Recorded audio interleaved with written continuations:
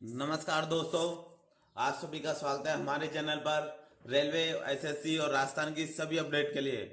तो आज के इस वीडियो में बात करेंगे कि जो आरआरबी एएलपी का डॉक्यूमेंट वेरिफिकेशन का जो पूरा प्रोसेस है उसके बारे में हम समझेंगे। इस वीडियो में हम समझेंगे कि जो आरआरबी एएलपी है उसके लिए कौन कौन से डॉक्यूमेंट जरूरी है और उसका क्या प्रोसीजर है, और आपको किस डॉक्यूमेंट में कोई दिक्कत आ रही है तो उसका क्या सॉल्यूशन है। तो इन सभी चीज़ों के बारे में हम समझेंगे पूरे वीडियो में, तो आप वीडियो के अंत तक बने रहिए। मैं आपको पूरे डॉक्यूमेंट्स की लिस्ट बताऊंगा कि कौन कौन से डॉक्यूमेंट्स हैं जो आपको आपके डॉक्यूमेंट्स वेरिफिकेशन करवाते टाइम चाहिए, और उसमें से यदि कोई डॉक्यूमेंट्स आपके पास नहीं है तो उसके लिए आपको क्या करना होगा। तो इस चीज़ के बारे में हम पूरी बात करेंगे। तो चलिए हम वीडियो को शुरू करते हैं।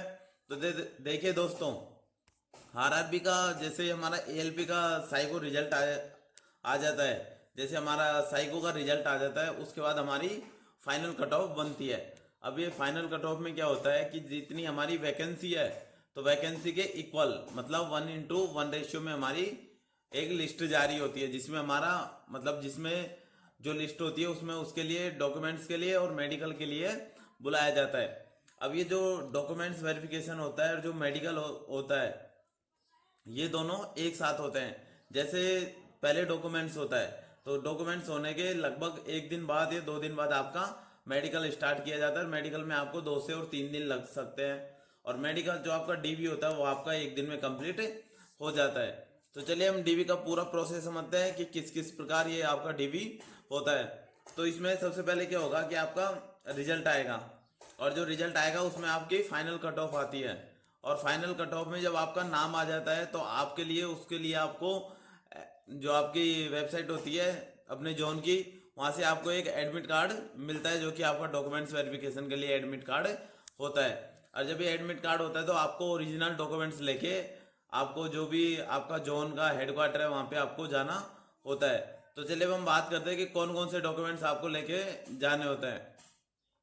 तो देखिए, ये आपके जो डॉक्यूमेंट्स है वो आपको ओरिजिनल डॉक्यूमेंट्स जो आपने एप्लीकेशन जो भी आपने अपना फॉर्म भरते टाइम जो लगाया था वो आपको लेके जाने होते हैं और उनका आपको वेरिफिकेशन करवाने पड़ते हैं। तो इसमें चले कौन कौन से डॉक्यूमेंट्स हम एक सीक्वेंस से समझते जाते हैं, एक के साथ एक। तो देखिए सबसे पहले आता है हमारा मेट्रिकुलेशन, जो कि हमारा टेंथ होता है। अब इसमें क्या होता है कि आपको अपनी टेंथ की मार्कशीट लेके जानी होती है, और मार्कशीट के साथ में जो आपका एक सर्टिफिकेट मिलता है हमें जब हम टेंथ की एग्जाम देते हैं तब, तो आपका एक वो सर्टिफिकेट। लेकिन ये जहाँ पे यदि आपके मार्कशीट है तो आपकी मार्कशीट भी चल जाती है। अब ये मार्कशीट आपकी क्यों ली जाती है, क्योंकि इसमें आपका जो डेट ऑफ बर्थ होती है उसका प्रूफ होता है। मेट्रिकुलेशन जो आपकी टेंथ होती है उसमें, तो यहाँ पे आपकी डेट ऑफ बर्थ, आपके फादर का नाम, मदर का नाम, जो तीनों चीज यहाँ पे मेंशन होती है वो आपको लेके जानी होती है। तो जो सबसे पहला डॉक्यूमेंट्स हो गया वो हमारा हो गया टेंथ की मार्कशीट। चलिए फिर हम उसके बाद कौन सा, तो देखिए टेंथ की मार्कशीट के बाद में आपका सेकंड नंबर पे आता है ट्वेल्थ वाला, जो आपका इंटर वाला होता है, हाई सेकेंडरी वाला होता है वो। यदि ये आपने फॉर्म में फिल किया हुआ है तो नहीं, इसकी जरूरी नहीं है, क्योंकि यदि किसी ने टेंथ के बाद सीधा डिप्लोमा या आईटीआई की है तो उसको ट्वेल्थ की कोई जरूरी नहीं है। यदि आपने फॉर्म में लगाई है ट्वेल्थ की तो आपको लेके जानी है, अदरवाइज कोई जरूरी नहीं है। तो यदि आपके देखो टेंथ की मार्कशीट में आपके जो आपका खुद का नाम है, फादर का नाम है, मदर का नाम है, तो उसमें कोई डिफरेंट नहीं होना चाहिए। यदि ये डिफरेंट होता है तो आपको बहुत बड़ी दिक्कत आ जाती है। तो देखिए पहले हो गए हमारा टेंथ, उसके बाद हमारी हो गई ट्वेल्थ। इसके बाद आता है हमारा तीसरे नंबर पे जो आपका एनसीवीटी, एसटीवीटी, एससीवीटी या आपका डिप्लोमा, या जो आपने इंजीनियरिंग की जो डिग्री कर रखी है, आपने बीटेक कर रखी है, तो आपका ये, तो ये आपको लेके जानी होती है। जैसे आपका यदि आप आईटीआई में हो, डिप्लोमा में हो या बीटेक में हो तो आपको अपने जो सेमेस्टर वाइज होती है वो आपको मार्कशीट लेके जानी होती है। और मार्कशीट के अलावा आपको एक, यदि किसी को जैसे फाइनल में अभी मार्कशीट नहीं आई है, क्योंकि जो हमारी डिप्लोमा और इंजीनियरिंग की जो डिग्री होती है वो लगभग 4 से 5 साल तक टाइम लग जाता है, तो उसके लिए आपको एक सर्टिफिकेट मिलता है कॉलेज से, तो आपको वो सर्टिफिकेट लेके जाना होता है। और जो यहाँ पे आपको मार्कशीट है आपको फाइनल के लेके जानी पड़ती है। आपको जैसे यदि आपके सेमेस्टर है तो आपको सेमेस्टर वाइज, और यदि आपका ईयरली होता है तो आपकी एक फाइनल मार्कशीट बनती है, तो आपको एक वो फाइनल मार्कशीट लेके जानी होती है। तो ये हो गए हमारे मार्कशीट से रिलेटेड डॉक्यूमेंट्स। चलिए इसके बाद हमारा कौन सा डॉक्यूमेंट्स आता है, तो देखिए इसके बाद आता है हमारा STSC सर्टिफिकेट। तो देखिए STSC सर्टिफिकेट होता है वो आपको जो रेलवे अपना फॉर्मेट देता है आपको उसी फॉर्मेट में बनवाना होता है। जब हमने फॉर्म भरा था तो वो एक अलग फॉर्मेट में था, लेकिन जब डॉक्यूमेंट्स वेरिफिकेशन करवाया जाता है तो आपको जो रेलवे वाला फॉर्मेट होता है सारे डॉक्यूमेंट्स आपको उसी फॉर्मेट में, जो भी सर्टिफिकेट होता है आपको उसी फॉर्मेट में बनवाने होते हैं। तो इसके लिए देखिए आपको जो अपना नोटिफिकेशन आया था तो आपको उसमें जाके चेक करते हो कि जो STSC सर्टिफिकेट है रेलवे का वो किस तरीके का बनवाते हैं।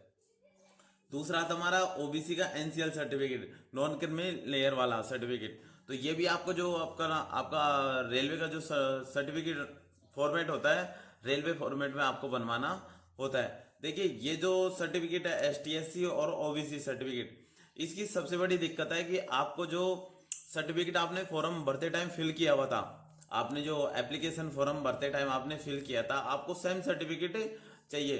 अब कई दोस्तों के क्या दिक्कत है, उन्होंने तो स्टेट का लगा दिया था या उन्होंने पुराना वाला लगा दिया या उनके पास नहीं था, उन्होंने स्टेट का ही नंबर फिल कर दिया या उनको ध्यान नहीं था, ये मित्र वाले ने भर दिए, वो जो स्टेट वाले थे वो नंबर भर दिए। तो देखिए ये जो सारी चीज़ें आपके वहाँ पे अपने जोन पे डिपेंड करती हैं, आपका कौन सा जोन है, वहाँ के कैसे लोग हैं। यदि उनको कोई दिक्कत नहीं है, आपत्ति नहीं है, तो देखिए वो हो सकता है कि आपका नया सर्टिफिकेट बनवा ले कि आप जो भी भरा उसको छोड़ो, आप तो जो भरा है वो ले जाओ एक तो, और एक आप नया जो आपने बनवाया है जो रेलवे का फॉर्मेट होता है उसमें बनवाया तो आप वो जमा करवा दो। और यदि ऐसा नहीं होता है और उनको कुछ दिक्कत लगती है तो आपको हो सकता है कि वो आपको UR में भी कंसिडर करे। तो ये आपको ध्यान रखने की बात है, यदि आपने बनवा लिया है फॉर्मेट में तो आप बनवा लो, और नहीं है तो हो सकता है यदि कोई दिक्कत आए तो आपको UR में कंसिडर किया जाए। तो ये होता है आपका सर्टिफिकेट के बारे में। और इसमें आपको सबसे सीधा यही करना है, जो तो आपने एप्लीकेशन फॉर्म में भरा है एक तो आपको वो लेके जाना है, दूसरा एक आपको नया भी बनवा लेना है, नया फॉर्म बनवा लेना है, और तीसरा आपको एक RRB का जो फॉर्मेट में है उसमें भी बनवा लेना है, हो सकता है आपको कोई दिक्कत नहीं आए। तो आपको ये करना है। देखिए जो NCL वाले हैं वो OBC सर्टिफिकेट आपको जो मतलब रेलवे ने जो आपको दे रखा है फॉर्मेट आपको उसी फॉर्मेट में चाहिए। तो ये हो गई सारी चीज़ें हमारी सर्टिफिकेट से। फिर आता हमारा नेक्स्ट आता हमारा इनकम सर्टिफिकेट। तो देखिए इनकम सर्टिफिकेट में आपसे जब आपने फॉर्म फिल किया था तो वहाँ पे एक तो OBC का ऑप्शन था और एक आप अदर कैटेगरी, एक आपका था EBC का। अब कई दोस्तों ने क्या किया कि फॉर्म भरते टाइम OBC की जगह मतलब EBC की जगह OBC क्लिक कर दिया या OBC की जगह EBC क्लिक कर दिया। अब देखो जिनका OBC था और उन्होंने EBC को OBC समझ के क्लिक कर दिया, तो उनके लिए क्या करना होगा, उनके लिए जब आप जाओगे वहां पे तो आपको EBC सर्टिफिकेट तो बनवाना ही होगा। और जो OBC वाले हैं उन्होंने EBC क्लिक किया है तो उनके लिए बता रहा हूँ, वहाँ जाओगे तो आपको OBC सर्टिफिकेट मांगेंगे और आपसे एक फॉर्म भरवाएंगे, और वहाँ पे आपसे जो फीस थी 250 रुपये या 500 रुपये जो भी एक्स्ट्रा लगने वाली है आपकी, वो आपसे वहाँ पे जमा करवा ली होती है, जमा करवाते हैं फीस।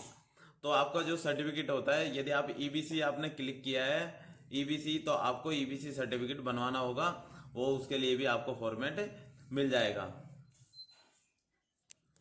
इसके बाद हमारा नेक्स्ट आता है आपका डिस्चार्ज सर्टिफिकेट। देखिए यदि आपने एक्स सर्विसमैन से फॉर्म लगाया है, यदि आप एक्स सर्विसमैन और आपने वहाँ पे एक्स सर्विसमैन से फॉर्म लगा रखा है तो आपका अपना ओरिजिनल जो डिस्चार्ज सर्टिफिकेट मिलता है आपको पहले वाली नौकरी से, तो आपको वो डिस्चार्ज सर्टिफिकेट चाहिए। उसके बाद आती है आपकी आधार कार्ड। तो देखिए आपको आधार कार्ड की दोनों तरफ की फोटोकॉपी चाहिए। जो आपका नीचे वाला हिस्सा होता है, जो आपका जब आधार कार्ड आता है तो नीचे वाला जो हिस्सा होता है आपकी दोनों साइड की फोटोकॉपी। तो अब आधार कार्ड की सबसे बड़ी क्या आपको ध्यान रखना है कि यदि आपका जो आधार कार्ड है, जो आपका आधार कार्ड है वो, और जो आपका टेंथ की मार्कशीट है, देखिए उसमें नाम आपका सेम होना चाहिए। यदि इन दोनों में आपके नाम में दिक्कत है तो आपको बहुत बड़ी दिक्कत हो जाएगी और आपको इसको हो सकता है कि आपको बहुत ज़्यादा टाइम लग जाए, आपको उसके लिए और भी ज़्यादा भगना पड़ सकता है। तो आप इससे बचने के लिए सीधा सा उपाय क्या करना है आपको कि जो आपका आधार कार्ड है उसको पहले आपको 10th लेवल पे आपको जो उसमें करेक्शन करवाना है, जो भी करेक्शन करवाना है वो आपको करवा लेना है। तो आपको इसके लिए जो आधार कार्ड में करेक्शन करवाना है वो 10th की मार्कशीट के बेस पे करवा लीजिए, और इसको आप पहले से ही करवा के रेडी रखिए, नहीं तो आपको जो आपका DV है आपको 5-6 महीने और भी लेट देखने को मिल सकता है। क्योंकि इसमें क्या होता है कि जैसे बैच बन गया ट्रेनिंग बैच, तो उसके बाद जो नेक्स्ट ट्रेनिंग बैच बनता है उसी में आपका नंबर आता है, उससे पहले आपको नहीं बुलाया जाता है। तो ये हो गया आपका आधार कार्ड। उसके बाद आता है आपका जो मतलब डिसेबिलिटी वाले लोग होते हैं, पीडब्ल्यूडी वाले, वो विकलांग लोग होते हैं, दिव्यांग लोग जो भी होते हैं, उनका जो पीडब्ल्यूडी सर्टिफिकेट होता है वो आपको मेडिकल सर्टिफिकेट आपको खुद को बनवा के लेके जाना होता है। तो ये हो गया। उसके बाद आता है आपका NOC for from servicing employ with date of appointment. देखिए जो भी मतलब जिन्होंने जो पहले से नौकरी कर रहे हैं उनको वो अपनी नौकरी से एक एनओसी सर्टिफिकेट बनवाना होता है, और जो कि उन्होंने नौकरी स्टार्ट करी थी उस डेट से बनवाना होता है, और वो उनको NOC certificate no objection certificate बनवा के लेके जाना होता है।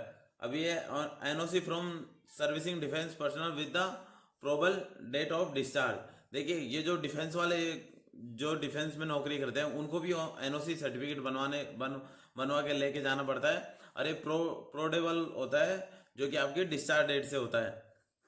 फिर उसके बाद आता है आपका माइनॉरिटी कम्युनिटी वाले होते हैं उनके लिए। यदि आप माइनॉरिटी कम्युनिटी से हो तो आपको जो नॉन जुडिशियल स्टाम्प पेपर होता है उस पर आपको डिक्लेरेशन सर्टिफिकेट बनवाना होता है।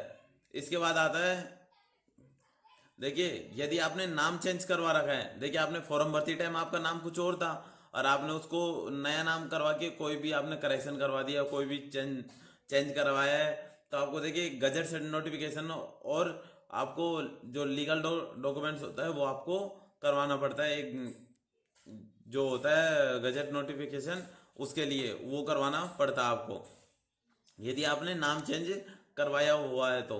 चलिए उसके बाद नेक्स्ट आता है हमारा, नेक्स्ट है उस पर आता है receipt of payment of made through a challan at SBI branch और pay in slip at computerised from post office.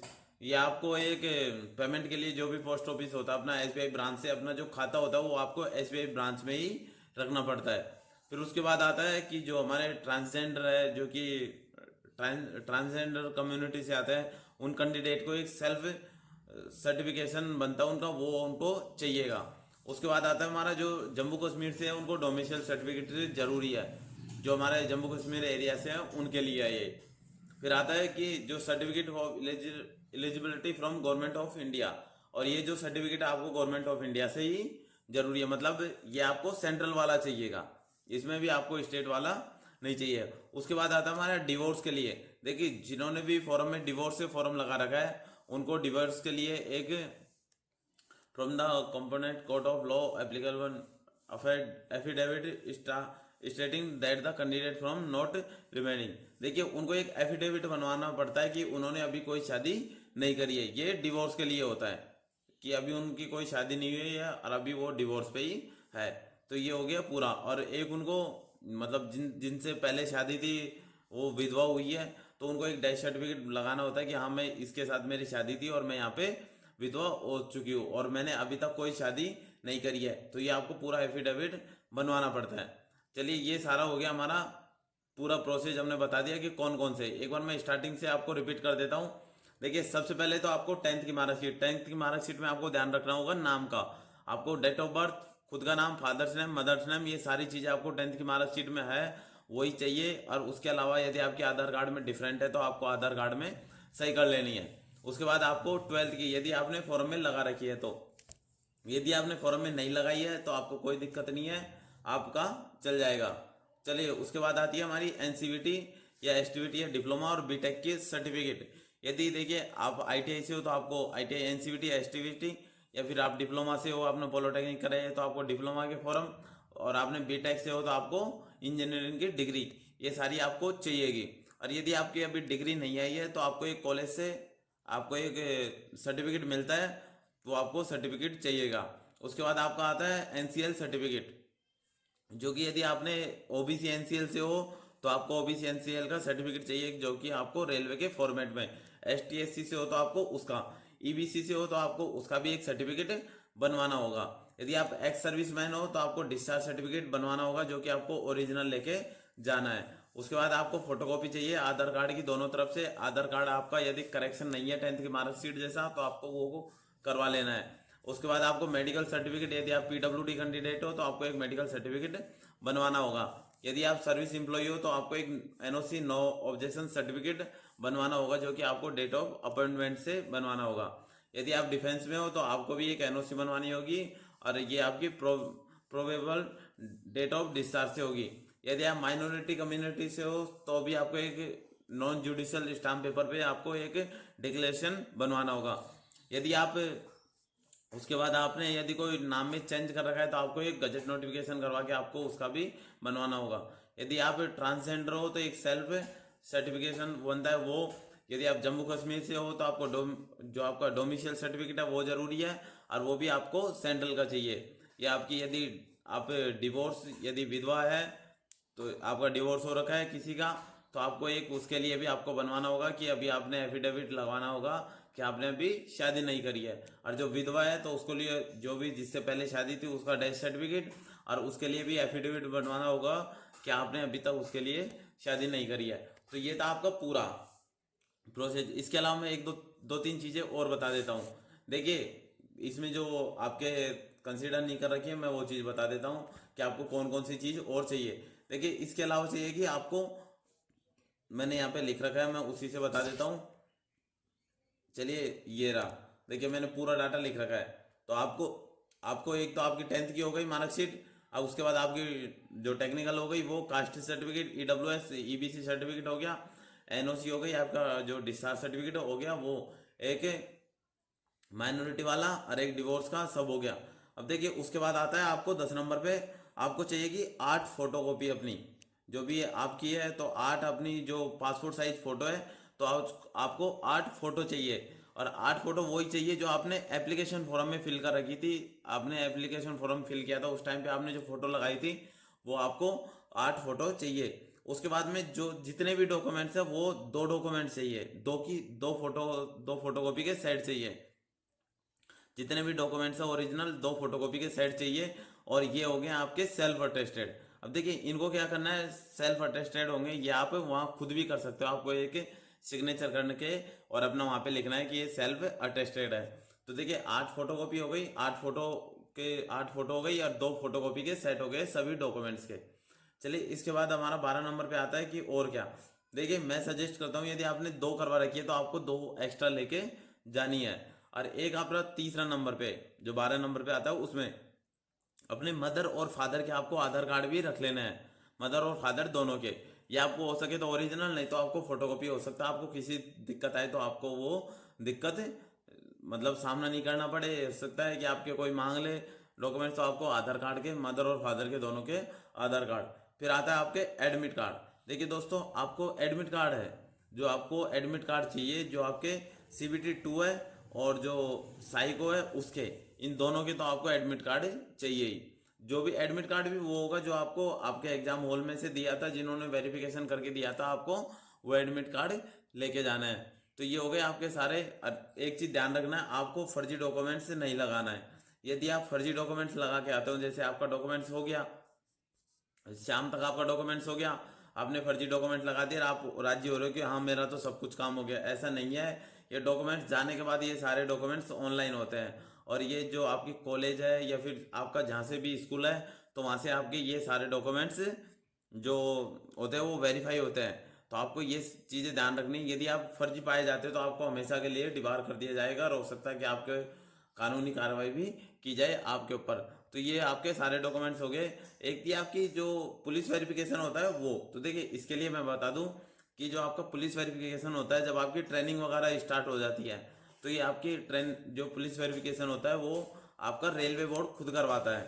उसके लिए आपके घर पे पुलिस आती है और आपका वेरिफिकेशन करती है कि आपके ऊपर कोई केस तो नहीं है, और आपने कुछ ऐसी जो कानून के ऐसा कुछ हो कि आपके ऊपर केस का जैसा हुआ हो, तो वो आपकी सारी चीज़ें चेक करती है। तो ये हो गए आपके सारे डॉक्यूमेंट्स हमने बता दिए। आपको पासपोर्ट साइज की फ़ोटो, सारे डॉक्यूमेंट्स। हाँ, और एक चीज़ और ध्यान, कि आपके जितने भी डॉक्यूमेंट्स है आपको उनकी PDF है, आपको उनकी जो PDF है वो बना के भी आपको रखनी है, क्योंकि ये भी आपसे वहाँ बनवाई जाती है और इसको आपको ऑनलाइन करवाया जाता है। तो ये थी दोस्तों आज की इस वीडियो में, हमने डॉक्यूमेंट्स के बारे में मैंने आपको पूरा बता दिया है। यदि वीडियो अच्छा लगे तो अपने दोस्तों के साथ शेयर कीजिए, अपने जो भी टेलीग्राम ग्रुप है उनमें आप इस वीडियो को शेयर कीजिए। इसके अलावा देखिए, मैंने इससे पहले एक वीडियो बना रखा है मेडिकल के लिए, तो आप जाके देख सकते हो। मैंने मेडिकल का पूरा प्रोसेस बताया हुआ है, और आपको कट ऑफ के, आप अपना जो भी जोन है वहाँ की आपको कट ऑफ देखनी है तो आप जाके मेरी प्लेलिस्ट में सारे वीडियो ऐड आप जाके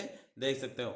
वीडियो अच्छा लगे तो अपने दोस्तों के साथ शेयर कीजिए और इसमें कमेंट करिए आपके जो भी डॉक्यूमेंट्स में दिक्कत है, तो मैं आपको उसका रिप्लाई करूँगा। और सारी जो भी दिक्कत है तो वो आपको अपने कमेंट बॉक्स में कमेंट करके बता दीजिए। धन्यवाद दोस्तों, जय हिंद, जय भारत।